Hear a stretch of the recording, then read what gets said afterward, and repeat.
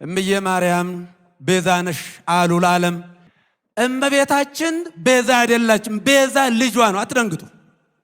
ቤዛ ልጇ ነው። ነይ ነይ ቤዛ ነሽ አሉ ለዓለም ተብሎ አይሰበክም። በስመ አብ ወወልድ ወመንፈስ ቅዱስ አሐዱ አምላክ። በዛሬው ዕለት በዚህ መልክ መምጣት ያስፈለገኝ ዋና ጉዳይ የስቅለት ዕለት ጌታችን አምላካችን ኢየሱስ ክርስቶስ የተሰቀለበትና ቤዛ የሆነበት ቀን ስለ ቤዛነት በሰፊው ከተሰጠው የትምህርት ድነት ጋር ተያይዞ አንዳንድ ብዥታዎችና ጥያቄዎች ስለተፈጠሩ እነዚህን ነገሮች ለማጥራት ያህል ነው።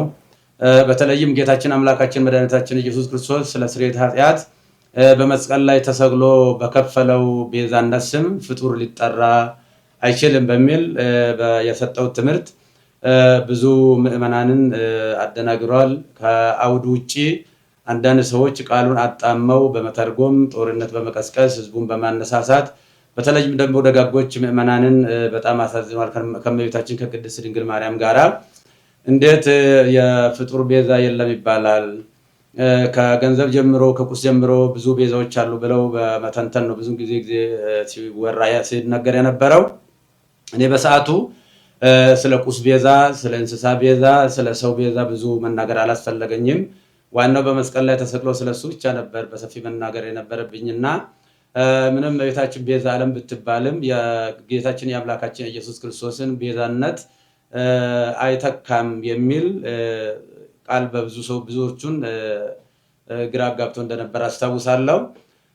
እንኳንም እመቤታችን ቅድስት ድንግል ማርያም ይቅርና ድንጋይ ቤዛ ተብሏል፣ ወርቅ ቤዛ ተብሏል፣ ገንዘብ ቤዛ ተብሏል፣ ጫማ ቤዛ ተብሏል፣ ቆብ ቤዛ ተብሏል እና ከፈጣሪ በታች ከፍጡራን በላይ የሆነች እግዚአብሔር የመረጣትና ከአንስተ ዓለም ሁሉ አልቆ አክብሮ ይፈጠራል ለእናትነት የመረጣት እመቤታችን ቅድስት ድንግል ማርያምን ከፍጡሩ ጋር እንኳን ልናወዳድራት አንችልም። አቻ የሌላት ወደር የሌላት እና ከሷ ጋር በማጣላት በተለይም የተደረገው ቅስቀሳ በፌስቡክ እና በኦንላይን ላይ እንደሚደረገው ቅስቀሳ አይደለም። አንደኛ የኔ አስተዳደጌም አኗኗሬም በአጠቃላይ ህይወቴም ከደብረ ሊባኖስ የወጣ ነው። እኔ የተክለ ሃይማኖት ልጅ ነኝ እና በዚህ ደረጃ ነገሮችን በጣም አግሎ ብዙ ምዕመናንን አስቀይሟልና እኔ ከትምህርት ቤት ጀምሮ በእመቤታችን በቅድስት ድንግል ማርያም በእንተ ስማ ለማርያም እያልን ድርቆሽ እየለመንን ኮሾሮ እየለመንን ቁራሽ እየለመንን ስሟን እንጀራ በልተንበታል ለብሰንበታል እና ቤዛዊት ዓለም ብለን በሰዓታቱ በሌላው መጻሕፍት በቅዳሴዋ በውዳሴዋ እየጻፍን እየተረጎምን እያስተማርን እንገኛለን። እኔም በግሌ ስለሷ ብዙ ሰብኬያለሁ። ስለሷ ወላዲተ አምላክነት በተለይም ንጻ ጠባይ ያላደፈባት ነውር ነቀፋ የሌለባት ነቃ ሀጣው ያላገኛት እግዚአብሔር በንጽህና በቅድስና ከዓለም አልቆ የፈጠራት ከሁሉም አልቆ የፈጠራት አቻና ወደር የሌለባት እንደሆነች ብዙ ጊዜ በሰፊው ትምህርት ሰጥቼበታለሁ። መጽሐፍም ጽፌያለሁ። ያንን መከታተል ይቻላል። እኛ ብቻ ሳንሆን መልአኩ ቅዱስ ገብርኤልም ቡሩክት አንቲ እምአንስት ወቡሩክ ፍሬ ከርሥኪ አንቺ ከሴቶች ሁሉ የተለየሽ ነሽ ብሎ ያደነቃትና ያመሰገናት ፈጣሪ ለእናትነት የመረጣት እናት ስለሆነች እንኳንስ እሷን ይቅርና ማንንም በክርስትና ለመናቅ አይቻልም። እኔ የወለደችኝ ውድ እናትን በእጅጉ የሚወዳት የማከብራት ነኝና እናትን የማከብር የፈጣሪውን እናት በምንም አይነት ተአምር ዝቅ አድርጌ የማይበት ምንም አንዳች ሁኔታ የለም።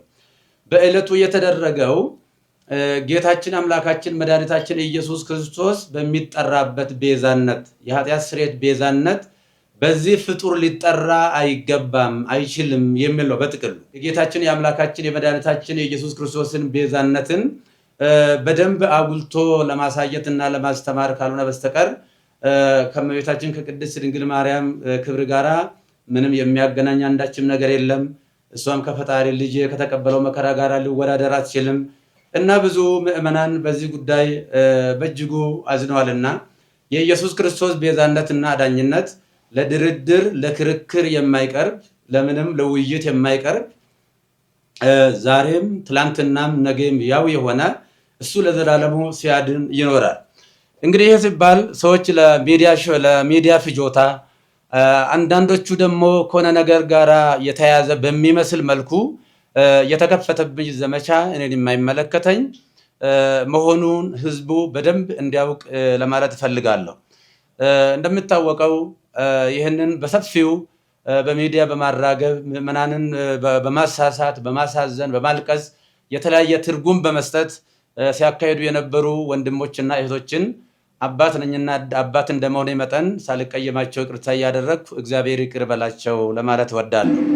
በተረፈ ግን በፍጹም የዋህነትና በፍጹም ቅንነት ያዘኑ የተከዙ በዚህ ጉዳይ ላይ እንዴት ያሉ የዋሃንና ንጹሃን ቅዱሳን ምዕመናንን ከልብ ይቅርታ ጠይቃለሁ።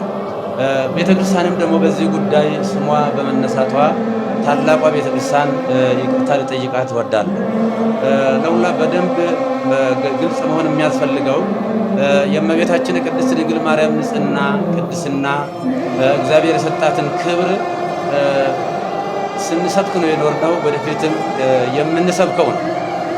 ለምሳሌ እመቤታችን ቅድስት ድንግል ማርያም እስራኤል ቀይ ባህርን ሲሻገሩ ውሃ ሳያረጥባቸው ጭቃ ሳይነካቸው በደረቅ መሬት እንዳሻገረ ሁሉ በብሉይ ኪዳን ጥንተ አብሶ ካለባቸው ወላጆቿ እሱ በመለኮታዊ ኪነ ጥበቡ ጠብቆ አስውቦ አሳምሮ የፈጠራት እጅግ ውድ እናት ነች።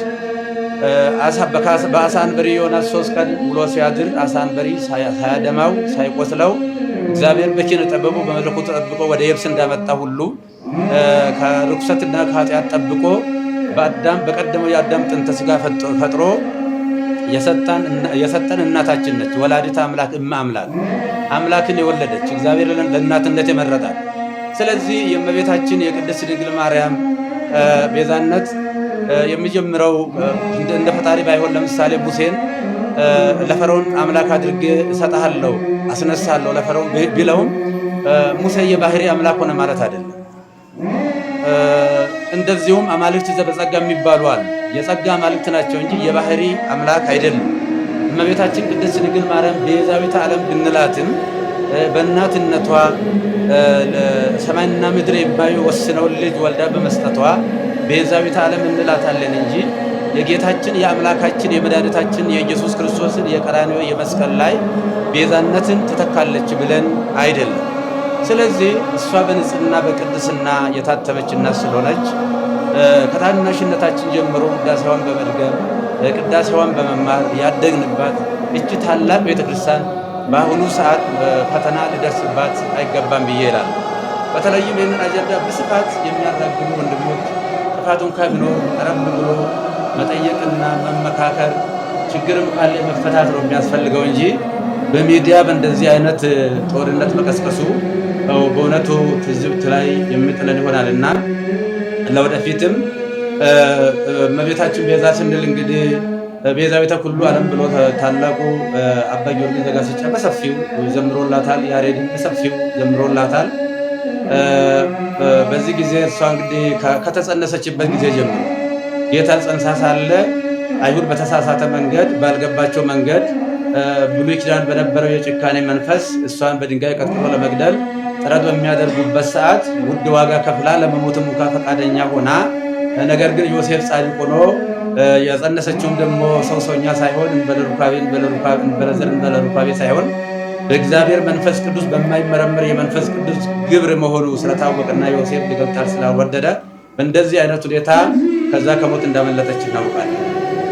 ልጇን በምትወልድበትም ሰዓት በቤተልሔም ሰዎች በናቁትና ባቃለሉት ለአፍታም በማይቆዩበት በከብቶች ግርግም የገዛ ልጇን ወልዳ ስትሰጠን ለእመቤታችን ያለን ፍቅርና አክብሮት ወደር የለውም። ነፍሳችን ትመሰክራለች። ይህ ብቻ ሳይሆን እመቤታችን ለልጇም ቤዛ ነች። ለልጇ ለሕፃኑ ለኢየሱስ ክርስቶስ ገና የ2 ዓመት ሕፃን በነበረ ጊዜ ሄሮድስ ልጆችን በሚያስገድልበት ጊዜ ልጇንም እንዳይገልባት የሞት ሰለባ እንዳያደርግባት ከእስራኤል ጀምሮ እሳት የሆነውን የሳራ በረሃን የቀን ሐሩር የሌሊትን ቁር ችላ ታግሳ ረጅም ዘመን ረጅም ወራት ተጉዛ ወደማታውቀው ወደ ግብፅ ተሰዳ ብዙ ዋጋ ከፍላ መከራ አይታ ልጇንም ከሞት ያዳነች እንደገና ደግሞ እስከ ቀራንዮ ከልጇ ያልተለየች እመቤታችን እናታችን ቅድስት ድንግል ማርያም ነችና እሷን እንኳንስ አይደለም ለማቃለል ለማመስገንም ብቃትም አቅምም ሞራልም ያለው ሰው የለም። እና ይህንን ጉዳይ ቅድም እንደተናገርኩት ሰዎች ለሚዲያ ሽፋን ችሎታን ለሚዲያ ፍጆታ ለማዋል መጽሐፉን ከአውዱ ውጪ በመተርጎም እየተሰጠ ያለው እየተሰበከ ያለው በዕለቱ የኢየሱስ ክርስቶስ ቤዛነትና አዳኝነት። ስለዚህ ለምንድን ነው ጥላ ቤዛ ይባላል፣ ሌላ ቤዛ ይባላል የሚልም ሊቃውንቱ ከሰሞኑ ጀምሮ ግሱን እየተነተኑ ሲነግሩን ከርመዋልና ለተነተኑን ትንታኔ እያመሰገን በሰዓቱ ስለ ጫማ ቤዛነት፣ ስለ ባርኔጣ ቤዛነትና ስለ ልብስ ቤዛነት፣ ስለ ገንዘብ ቤዛነት፣ ስለ ቁስ ቤዛነት፣ ስለ ብሉይ ኪዳን እንስሳ ቤዛነትም ብዙ መተንተን አላስፈለገኝም። ምክንያቱም ታላቁና ሕያው ቅዱስ አምላካችን ኢየሱስ ክርስቶስ በመስቀል ላይ ተሰቅሎ ስለሆነ የግድ እሱ መሰበክ ስላለበት እሱ መነገር ስላለበት ከዚህ የተነሳ ነው እንጂ እኔም እመቤታችንን ለማቃለል ለመናቅም አይደለም። እኔ በዚህ ደረጃ እኔም መፈረጃቸው በጣም አዝኛለሁ።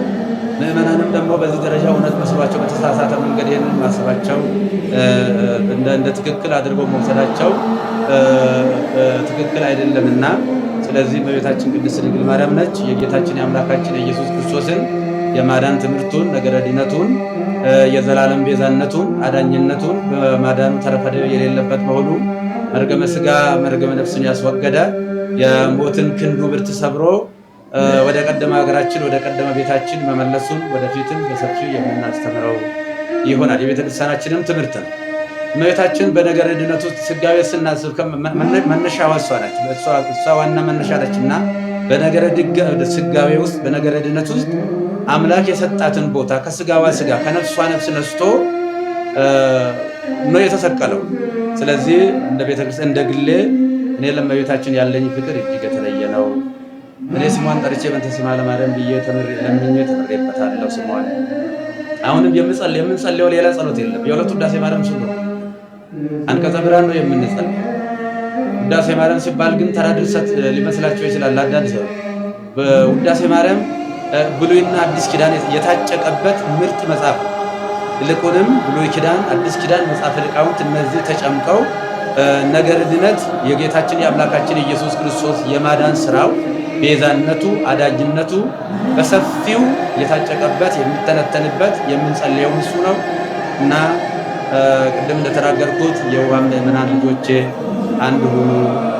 እኛ በዚህ ሰዓት አንድ ነው መሆን ያለብን። በጠላትነት በዚህ መነሳሳት የለብንም። ጥፋትም ካለ ቤተክርስቲያን መዋቅር አላት። ይሄ በየአውደ ምሕረቱ ያለው ከስድብ እንደዚህ ያለ ነገር ጥሩ አይደለምና ይህንኑ አደራ ለማለት ነው። እግዚአብሔር ሀገራችንን ይባርክልን፣ ይቀድስልን።